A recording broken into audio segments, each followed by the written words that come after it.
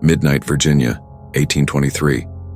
The plantation house breathes fire. Smoke coils from its windows like serpents. Beams crack, sparks dance in the black sky. Chains left hanging on wooden posts glow red as if alive. From somewhere deep inside the inferno, a lullaby hums, soft, fragile, trembling against the roar of flame. Then silence. Footsteps retreat into the night, slow and steady. The overseer's bedroom door buckles, splinters, then collapses. His scream tears through the dark, swallowed by fire. Outside, the fields stand quiet as though the soil itself is holding its breath. Morning breaks over the Hale plantation with a gray sun. Smoke still lingers from the night fire, drifting low across the fields. The world smells of charred oak and damp earth. At the stables, Elias Moore, a boy no older than 15, rubs ash from his hands. He stutters when he speaks, words catching like loose reins. Did you hear it, Ruthie? Last night? By the cookhouse door, Ruthie, an old woman with clouded eyes, keeps her head low. Her hands stir a pot, though the fire beneath it has gone cold. I hear everything, she mutters. I hear the chains at night. I hear the whip in my sleep. What I heard last night. She pauses, tilts her head. That was different. Elias shifts uneasily, glancing toward the mansion's blackened timbers. The overseer's quarters are nothing but a skeleton now, a frame standing against the morning light. They say he was trapped inside, Elias whispers. The Thomas Calhoun, the whiskey still beside his bed, Ruthie's spoon stills. Good riddance. Her voice is quiet but firm like the crack of old wood. The boy looks at her wide-eyed. You can't say that, Ruthie. They'll cut your tongue. She leans close, the cataracts in her eyes pale and milky. Then let them. Better my tongue than my soul. From the road, hoofbeats echo. A carriage rolls in carrying Jonathan Hale, the young master returned from Richmond. His coat is spotless, but his riding crop bears a dark stain near the handle. His face is pale as he takes in the ruin. What happened here? His voice is sharp, rehearsed, as though command is the only language he knows. Elias lowers his head instantly. Fire Master Hale, last night. Where were you? I was at the stables. Hale studies the boy's trembling hands. And you saw nothing? Elias swallows. Nothing, sir. Hale's gaze shifts to Ruthie. And you? The old woman keeps her eyes fixed on the empty pot. I'm blind, sir. I see only what the Lord allows. The words hang heavy, defiant beneath the mask of humility. Hale dismounts, walking slowly toward the overseer's ruined quarters. The smell of scorched flesh lingers faintly in the air. He presses a handkerchief to his mouth, nostrils flaring. God help the one who did this, he mutters, because I won't. Behind him, Ruthie's lips twitch into something almost like a smile. The fields are silent. The enslaved move with bowed heads, their steps slower than usual, but their eyes flicker with a strange light, something between fear and hope. Whispers curl through the rows like smoke. Somewhere among them, a name is carried quietly from mouth to mouth, a name never spoken above a whisper. Hattie. Night settles heavy on the cabins. Lantern light flickers against cracked wood, shadows stretching like chains across the floor. Inside one of the smallest cabins, a woman hums low, the sound rising and falling like the tide. Hattie sits on the edge of a straw bed. Her voice is soft, carrying the weight of sorrow and defiance. Around her neck, tied with a strip of rag, hangs a charred silver locket. She fingers it gently as she hums. Beside her, Samuel, a thin boy of 10, coughs into his blanket. His small hands clutch a carved wooden horse, its edges worn smooth by years of touch. Ma, he whispers between coughs. Why can't I sleep in the big house? Why they keep me here? Hattie strokes his hair, her fingers gentle but her jaw tight. Because the big house is cold, child. Ain't no warmth there. You stay here with me where songs can find you. He squeezes the wooden horse tighter. One day I'll ride a real one. Not just wood, her hum falters. She presses the locket to her lips. One day, she says, though her eyes betray doubt. The door creaks open. Elias stands hesitantly, hat clutched to his chest. Mistress Hattie, Master Hale, he's calling. Hattie's spine stiffens. She lays Samuel back, kissing his forehead. Sleep, little one. Hold tight to your horse. Samuel nods, whispering, Don't let him take it. Hattie steps outside into the cool night. The mansion looms, candlelight glowing faintly through its windows. She walks with measured steps, the dirt cool beneath her bare feet. Inside the parlor, Jonathan Hale waits. Young, barely 30, His clothes speak of wealth, but his eyes speak of hunger. He taps a riding crop against his boot, slow and rhythmic. "Hattie," he says, leaning forward. "You sing every night." Her chin lifts slightly. "Songs for my boy." A shadow of a smile crosses his lips. "The fields say your voice carries. Even the tobacco leaves might grow faster to hear it." She does not answer. Silence stretches taut as rope. His gaze shifts to the locket at her neck. "That piece. Where did you get it?" Her hand instinctively covers it. "It belonged to my mother. She was property," Hale says softly. "Everything she owned belongs to me now." Hattie's eyes darken, but her voice stays calm. "Some things can't be owned." The riding crop stops tapping. For a moment, the room is still.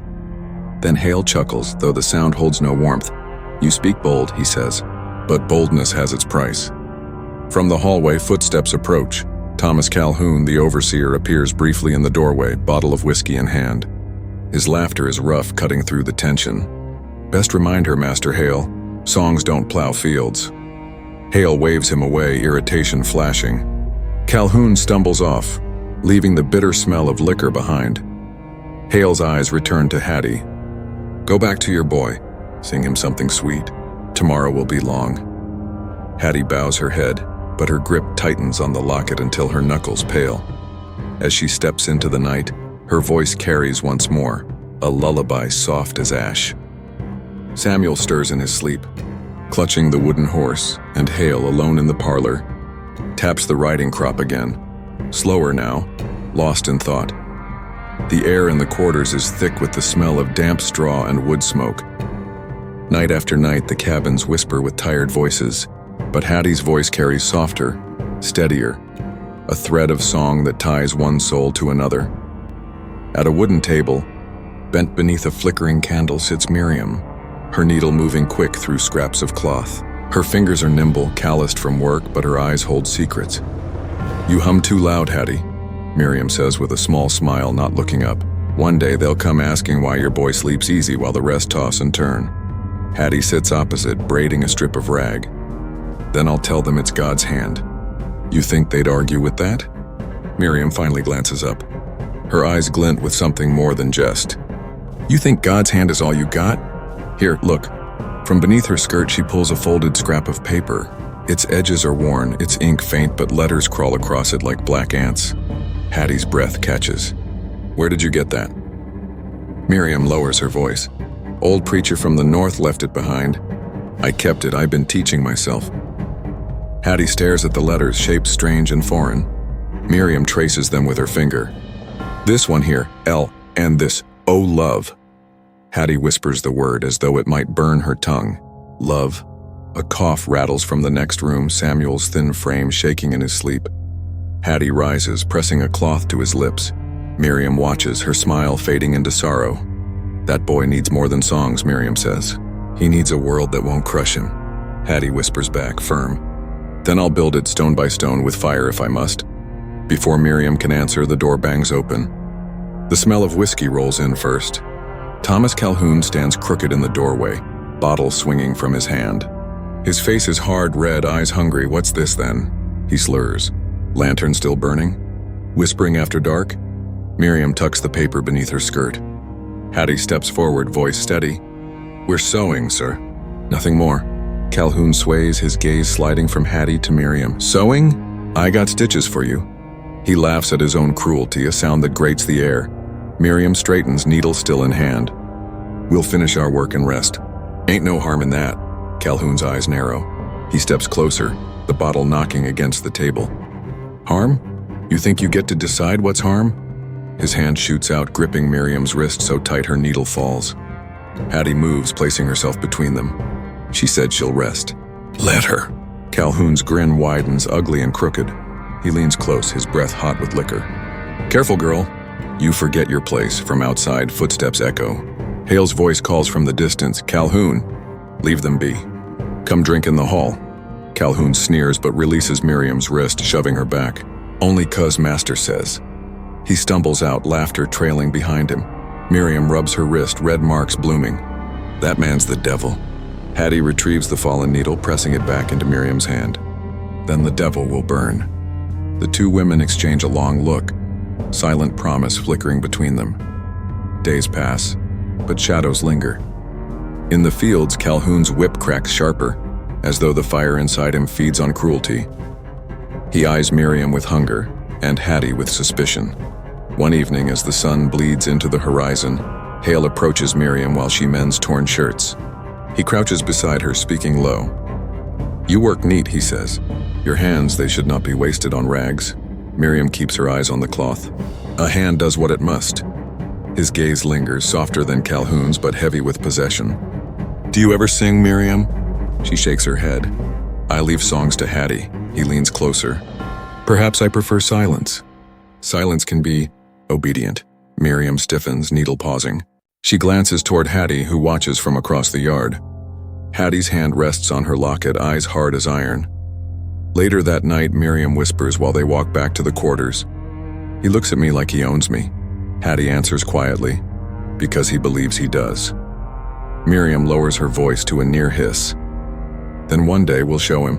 No man owns a soul." Hattie hums a lullaby, but the song has changed. No longer tender, it coils like smoke, carrying the promise of fire. The sky over the plantation is swollen with storm clouds. Thunder growls low, a warning from above. Inside the loft of the barn, Miriam works alone, mending sacks by lantern light. The storm outside drums against the roof, rain seeping through cracks. She hums quietly, one of Hattie's lullabies, though her voice shakes. The door creaks open. Heavy boots climb the ladder. The smell of whiskey hits before the man does. Thomas Calhoun emerges, shadow stretched tall behind him. His eyes gleam in the lantern glow, lips curled into something between a smile and a sneer. "Well, well, little seamstress hiding up here," he drawls. Miriam's needle stills. "I'm finishing my work." Calhoun lurches forward, bottle in hand. He sets it down with a thud, the liquid sloshing. "Work can wait. I need company. I said I'm working." Her voice is steady, but her fingers tremble around the cloth. He snatches it away, tossing it into the shadows. "Work's done." She rises, clutching the lantern. "Leave me." His hand shoots out, gripping her shoulder. "Don't tell me what to do." From below, the stable door slams. A child's cough echoes faintly, Samuel chasing after his mother. But it is Hattie who bursts into the barn, Elias trailing nervously behind. "Miriam!" Hattie's voice slices through the storm. She scrambles up the ladder, eyes narrowing as she sees Calhoun's hand. "Let her go." Calhoun laughs, low and vicious. "What's this?" "Two birds in my net." Hattie climbs onto the loft, standing between him and Miriam. Her hands clench the locket at her throat. "Touch her again and you'll regret it." He steps closer, towering. "Regret? Girl, regret is what you'll feel when I drag your boy into the fields at dawn." Below, Samuel's thin voice rises. "Mama?" Hattie's jaw locks. "You stay away from him." Calhoun leans in, his breath hot and sour. "Then move." Suddenly, Miriam shoves him back, desperate strength flashing. For a moment, he stumbles. Then his fist swings hard, striking her across the face. The lantern shatters against the floor, flames licking briefly before the rain-damp wood smothers them. Elias cries out, frozen in terror. Samuel coughs harder, calling again for his mother. Calhoun looms over Miriam as she collapses, clutching her side. "See, you're nothing. All of you, nothing." Hattie kneels beside her friend, tears mixing with fury. Miriam's eyes glisten in the dim light. Blood stains her lips. "Write it in fire," Miriam whispers, breath ragged. "Promise me." Hattie grips her hand, nodding through clenched teeth. "I swear it," Calhoun sneers, adjusting his belt. "Swear all you like. No one will believe you. Reverend Pike will tell them God's on my side." As if summoned, Reverend Pike enters below, his voice solemn. "Mr. Calhoun, what's this noise?" Calhoun calls down smug, "Just teaching them obedience." The preacher looks up, his face half hidden by shadow. His words drip with false piety. "The Lord tests the weak through the strong." It is his order. Miriam's breath rattles, her body trembling. Hattie presses her forehead to hers, humming the lullaby soft. Broken, Calhoun steps down the ladder, brushing past Pike. She'll learn her place, or she won't live to. The storm outside cracks with lightning, illuminating the loft. Miriam clutches Hattie's wrist with the last of her strength. "Burn him," she whispers. By dawn, Miriam lies still. Her body is carried quietly from the barn. No wails allowed, only the sound of chains dragging through mud. In the fields, Calhoun's whip cracks louder, sharper. Samuel watches from the shadows, his small hands clenched around the wooden horse. Calhoun leans down to him once, voice like venom. "Boy, you'll learn. The strong eat the weak." Hattie, standing near, hears the words. She lowers her gaze, but her mind burns with Miriam's final command: write it in fire. The nights grow longer. The barn smells of damp straw and secrets. Somewhere beyond the fields, dogs bark, trained to sniff out runaways, trained to keep fear alive. In the dimness, Hattie, Isaac, Clara, and Joseph huddle close, whispering low enough for the rats to strain their ears. Samuel sleeps nearby, clutching the little wooden horse. Isaac's fingers drum against the floorboard, restless. "You sure about this, Hattie?" "Calhoun's got men, dogs, and Pike preaching his name every Sunday. We fail, we don't live to tell it." Hattie's eyes burn steady. Miriam's blood isn't going cold for nothing. He thinks we're weak. We'll show him fire. Joseph, older and cautious, shifts uneasily. Talk of fire spreads quick. Too quick. You set one blaze, the whole county will come down on us. Clara leans forward, her hands scarred from the forge, the smell of iron clinging to her. "Then we don't burn the fields. We burn him. His house, his name. Make it a curse no one forgets." Isaac whistles under his breath. "That's no small talk, Clara. You're calling for blood." She fixes him with a hard stare. "Haven't we bled enough?" The silence hangs thick as smoke. Hattie breaks it. "We do this right. No rushing. No mistakes. We plan it step by step." "Joseph, you've seen where he keeps his whiskey. That cellar under the house?" Joseph nods reluctantly. "Locked most nights, but I've been down there. Barrels stacked high. Enough to drown a man." "Good." Hattie's voice sharpens. "Spill it through the floors. When the time comes, one spark, and his whole world goes up." Isaac rubs his jaw, uneasy but intrigued. "And what about Pike?" "That snake will turn the town against us faster than fire spreads." Clara smirks bitterly. A preacher's tongue can't fight flames. But Joseph shakes his head. "You kill Calhoun, Pike'll paint us devils. The law will come harder." Hattie leans in, voice low, certain. "We're already devils in their eyes. Better fear devils than broken slaves." A soft cough interrupts them. Samuel stirs, his eyes open, watching. He doesn't speak, just listens, his small hand still clutching the horse. Hattie reaches over, brushing his hair back gently. "You hear me, baby? You stay quiet. Quiet as the grave." Samuel nods, solemn beyond his years. Suddenly, footsteps crunch outside. The group freezes. The barn door creaks open. A lantern beam slices through the dark. "Who's in there?" A guard's voice barks. Isaac grips a rusted pitchfork, sweat running down his temple. Hattie places a hand on his arm, steady. She whispers, "Not now, not yet." They hold their breath as the guard's light sweeps across the hay. For a moment it lingers on Samuel's wooden horse dropped near the door. The guard grunts, mutters, and leaves. The door slams. The group exhales as one. Hattie whispers more to herself than them. "Not yet, but soon." The night is a black thing with teeth. Rain has stopped, but the air is wet and heavy. The world smells of smoke and iron, and the slow sour tang of spilled whiskey. Outside the Hale house, shadows move like conspirators. Hattie stands at the edge of the servants' yard, her hands smelling of oil. Her fingers are stained dark where she has hidden the lamp oil in a cracked jar. She wears Miriam's last scarf around her wrist, threadbare, stained, and she hums the lullaby under her breath, low enough that only the crooked rows of cotton would know the tune. Isaac crouches on the stones by the back door, breath tight, hammer in his pocket. Clara's hands are steady around the small coil of rope. The scent of the forge clings to her like armor. Joseph paces like a man with a ledger to settle, eyes darting to every window. Samuel hides beneath the eaves, the wooden horse clutched to his chest, the toy's worn mane damp with his small palm sweat. "Ready?" Isaac whispers. Hattie nods once. Her voice is a dry wind. "Remember, quick, one room. No stray flames." Clara snorts. "No shy embers. We burn the man, not the fields." Joseph gives the signal, 3 soft knocks, and the plan folds into motion. Isaac slips through the back door. Joseph keeps the lantern at the far edge of the yard, its light a promise and a lie. Hattie's shadow slides after Isaac, a small shape with a vow. Samuel watches them go, eyes wide as moon pools. Inside, Calhoun sleeps heavier than sin, sprawled with boots off, his whiskey bottle a sleeping dog on the bedside table.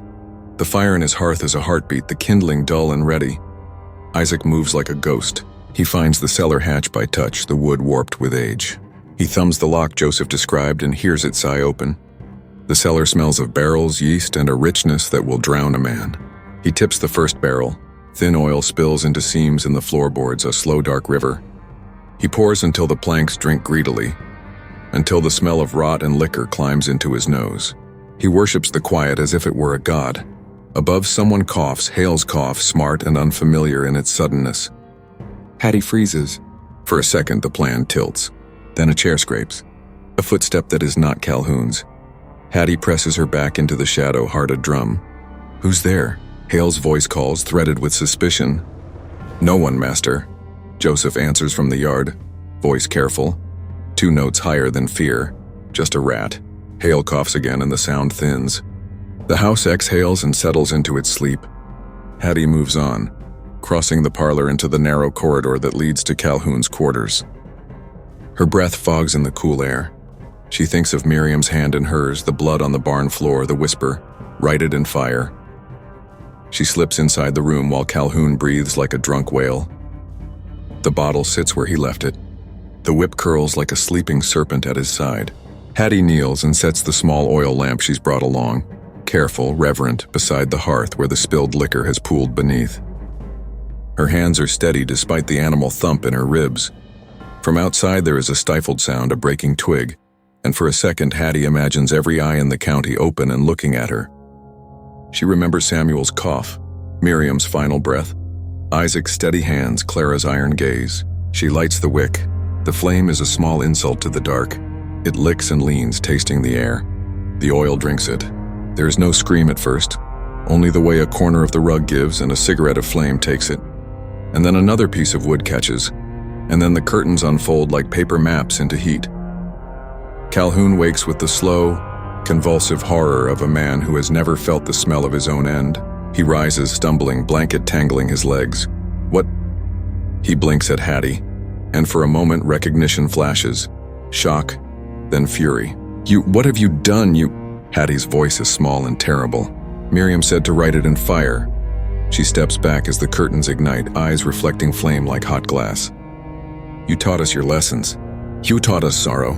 Calhoun lunges, blind with rage. He misses Hattie by inches, searing his hand on the curtain and crying an animal curse. The room fills with smoke that bites lungs like salt. Hattie backs toward the doorway, every nerve a wire. Outside there is a shout, Hale's bark, and the scuffle of boots. Hale bursts in with a gun. Light from the hall paints him pale and monstrous. "Stop, stay back." He raises the barrel as if it could reorder history. Isaac appears at the threshold, pitchfork a silhouette. "Master." Hale's eyes are cold with command. "Drop it." Isaac hesitates, the wooden handle sweating in his grip. Then, in a movement that tilts hope and horror together, Isaac lunges to hold the door shut, just long enough for Hattie to slip past. A shout of alarm follows.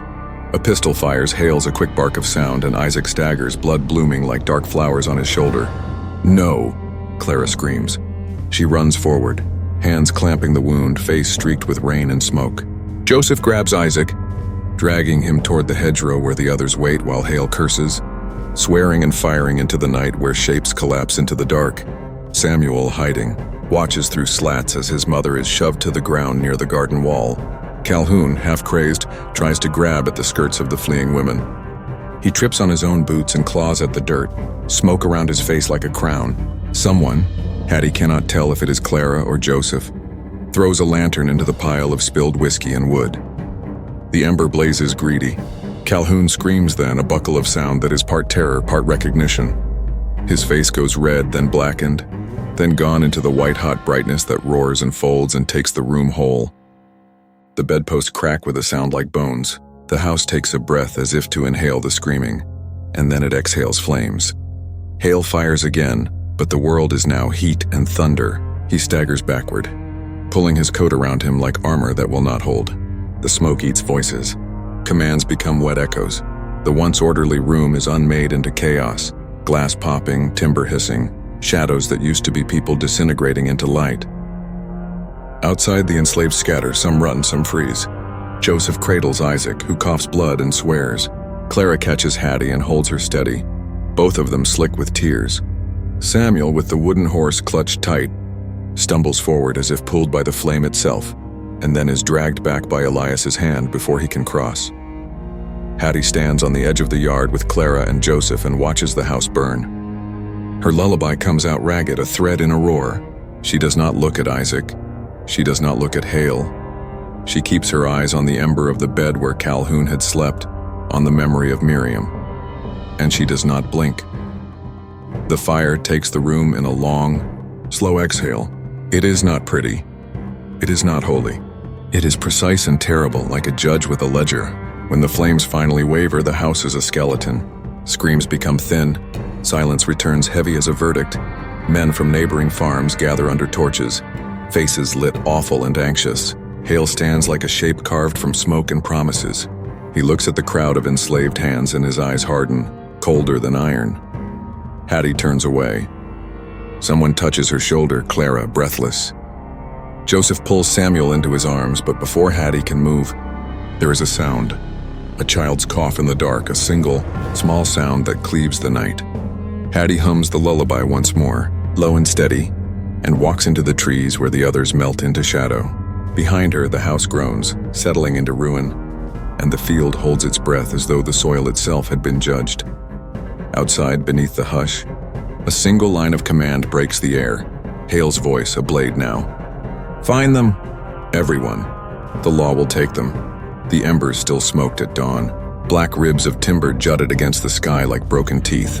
The smell of burned whiskey, charred wood, and flesh hung in the air so thick it coated the tongue. Crows circled overhead, their cries sharp as knives. Word spread fast. By morning, riders galloped across the county with the news. Thomas Calhoun, overseer of the Hale plantation, burned alive in his bed. His death was already becoming a story before the fire even cooled. Hattie stood by the edge of the swamp with Clara and Joseph.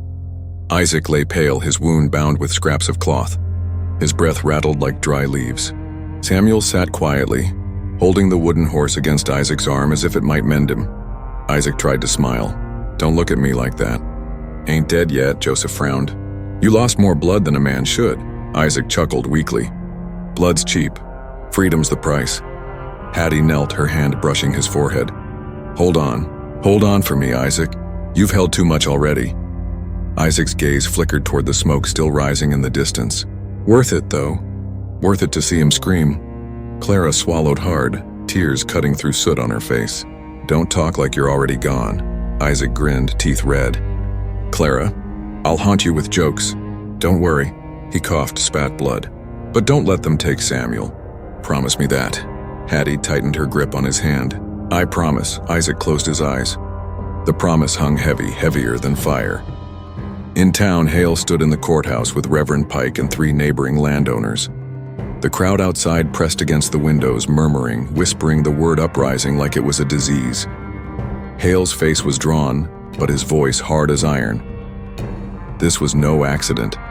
They planned it. They murdered Calhoun. One planter spat tobacco into a jar. If it was Hattie and her lot, you best make examples. Burn them out before the whole county follows. Reverend Pike smoothed his robe, eyes glinting. The good book says, servants obey your masters. What we've seen is rebellion against the Almighty himself. Hale, your loss is tragic, but the sin must be purged. Hale slammed his fist against the table. Pike, spare me scripture. I want blood, not sermons. They'll pay. Every last one. A hush followed. The lawman, Sheriff Wiggins, shifted uncomfortably. You stir this up too loud, Hale. The governor might take notice. Folks whispering about cruelty already. Hale's glare silenced him. The governor doesn't bury my overseer, I do. And I'll bury whoever lit that fire. In the quarters of nearby plantations, whispers spread with the speed of rumor and the weight of legend. Enslaved men and women huddled by night fires, their eyes shining in the glow. Did you hear? Calhoun burned alive. They say it was Hattie. She walked out of the fire like a spirit. No, Clara did it. She poured the oil herself. My cousin swears he saw Samuel, the boy, singing a lullaby while the flames rose. The stories changed with every telling, but the hope was the same. Someone had struck back. Someone had proved the master could bleed. One old woman, hands gnarled as roots, whispered, "Chains break with fire. Remember this night. Remember their names?" 2 weeks later, after raids, bribes, and betrayals, Hattie and Clara were dragged into the town square. Isaac had died in the swamp before they caught him. Joseph disappeared into the woods, Samuel hidden away by Elias and never found. But Hattie and Clara were bound in ropes, their clothes torn, their faces set.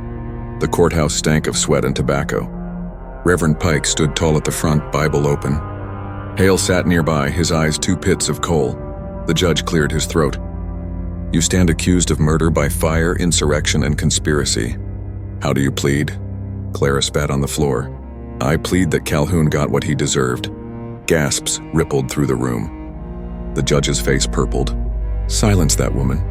Hattie lifted her chin. Her voice was calm, quiet.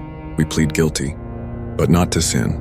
To justice," Reverend Pike thundered. "Justice belongs to God, not to slaves." Hattie met his eyes.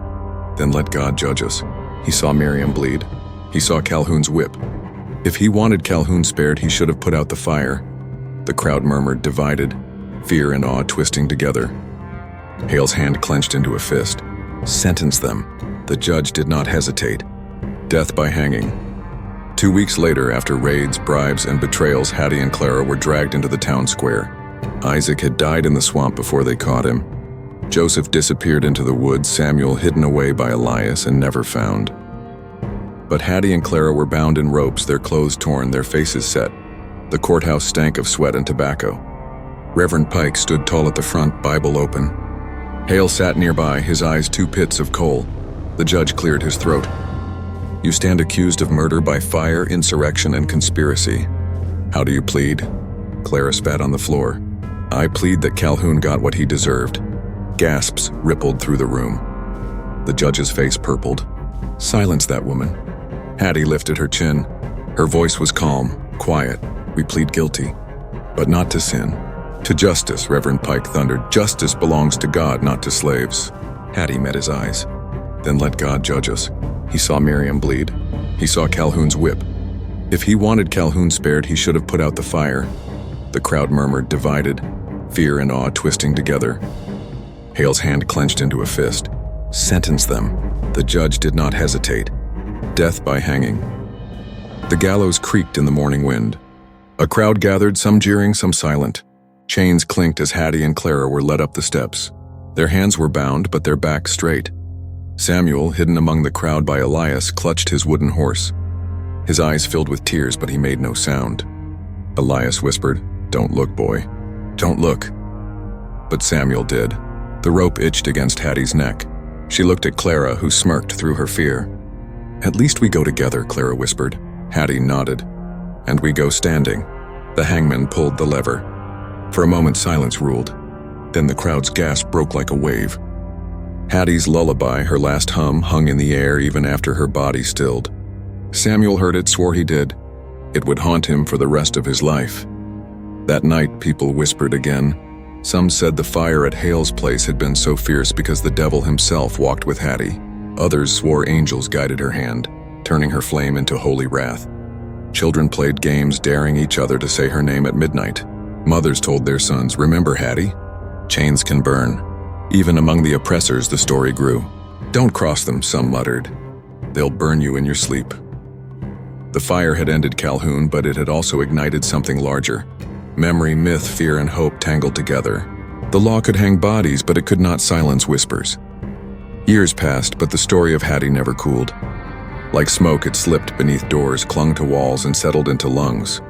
No matter how hard the Hales or Reverend Pike tried to bury it, the fire had written itself into memory. On the Hale land, silence lingered.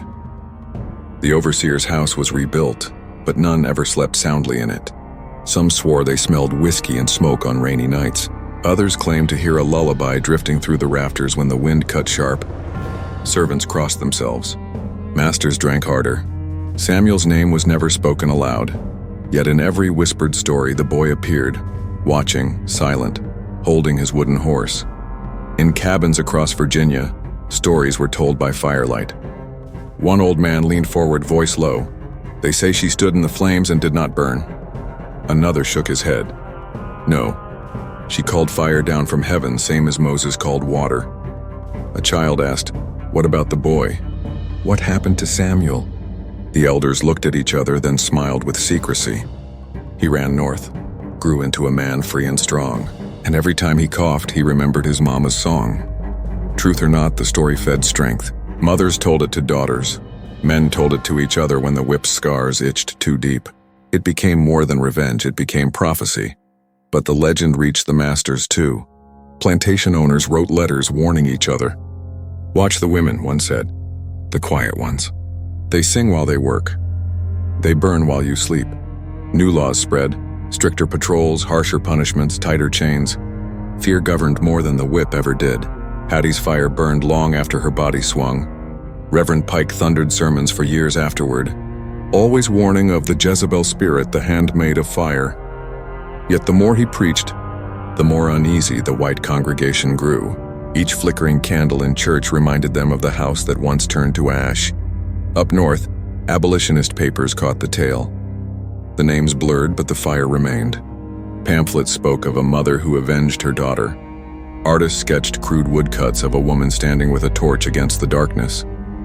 The details shifted. Sometimes she poisoned the master. Sometimes she burned an entire mansion. But the core was the same. A slave woman who struck back, and in those pages, whispered in meetings and parlors, her name was always Hattie. Samuel grew in hiding. Elias kept him safe for a time, then handed him to a traveling preacher headed north. The boy said little, but whenever night grew too heavy, he pressed the wooden horse against his cheek and hummed. Years later, in Philadelphia, when Samuel was a man, he told his children about a fire in Virginia. He told them about his mother's eyes, steady as stone, and about a lullaby that rose above smoke. His children listened wide-eyed, and in their school books they scribbled her name in the margins. Hattie, the one who burned chains. Decades later, the Civil War raged. Soldiers whispered of ghosts in the South. One campfire tale claimed a black woman led flames through the plantations, setting overseers alight. Another said she walked beside Union troops, torch in hand. By then, no one knew where history ended and legend began, but it did not matter. The story had already done its work. It had given shape to fear, and it had given hope to the hopeless. And so in Virginia, when the wind rattled chains left hanging on fence posts, some swore they heard humming. A lullaby, soft, steady, defiant. The masters turned in their beds uneasily. The enslaved smiled in the dark. Hattie's fire lived on, not in timber, but in tongues. The smoke faded long ago, but the questions Hattie left behind still smolder.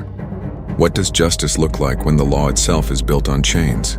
What does mercy mean to those who never received it? History often remembers the masters by name, the overseers by ledger, the preachers by sermon. But the enslaved, the mothers, the children, the dreamers were meant to be forgotten. Yet Hattie's fire refused to forget. It carved her name into the silence. She was not the first to resist. She was not the last. Across the South, fires flickered in hidden ways, in stolen literacy, in whispered plans of escape, in lullabies that carried coded meanings.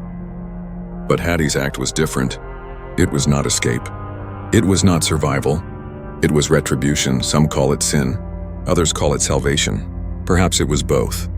Perhaps in her fire we glimpse a truth the history books struggle to hold, that human beings denied dignity will one day seize it, even if it means burning the world that enslaves them. Hattie's lullaby may have ended on the gallows, but its echo carried north into the ears of abolitionists, into the prayers of mothers, into the whispers of children who dreamed of freedom. Fire became story. Story became legend. Legend became a weapon stronger than any whip. And so we are left with the question, was Hattie consumed by the flames or did she become them? The story of Hattie of Virginia is not just a tale of vengeance, it is a mirror. It asks us to look at power, cruelty, and the quiet, dangerous strength of those who refuse to remain silent. Her overseer believed fear could last forever. Reverend Pike believed his words could cage the spirit. Hale believed wealth could bury justice. All of them were wrong. Hattie's fire tells us that even in the darkest times, resistance survives. Sometimes in whispers, sometimes in chains, and sometimes in flame. Now I leave you with a question. If you were in Hattie's place, watching cruelty break your family, hearing your child cry in the night, knowing the law offered no salvation, would you forgive? Or would you burn it all down? History doesn't answer that for us, but we must answer it for ourselves. If this story moved you, remember, history is full of voices like Hattie's, buried, silenced, or twisted by those in power. Here we bring them back. Subscribe to the Slave Resistance for more dark history and hidden truths. Like, share, and leave your thoughts below, because stories like these should never be forgotten.